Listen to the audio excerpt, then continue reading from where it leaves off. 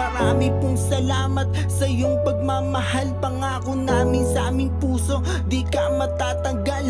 Marami pong salamat sa iyong pagmamahal. Pangako namin sa aming puso, di ka matatanggal.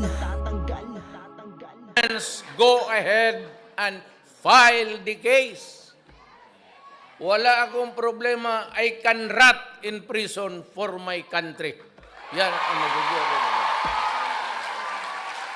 I am not a Filipino for nothing. Baski ganito lang kami kapobre, puta, wag do not fuck with our dignity.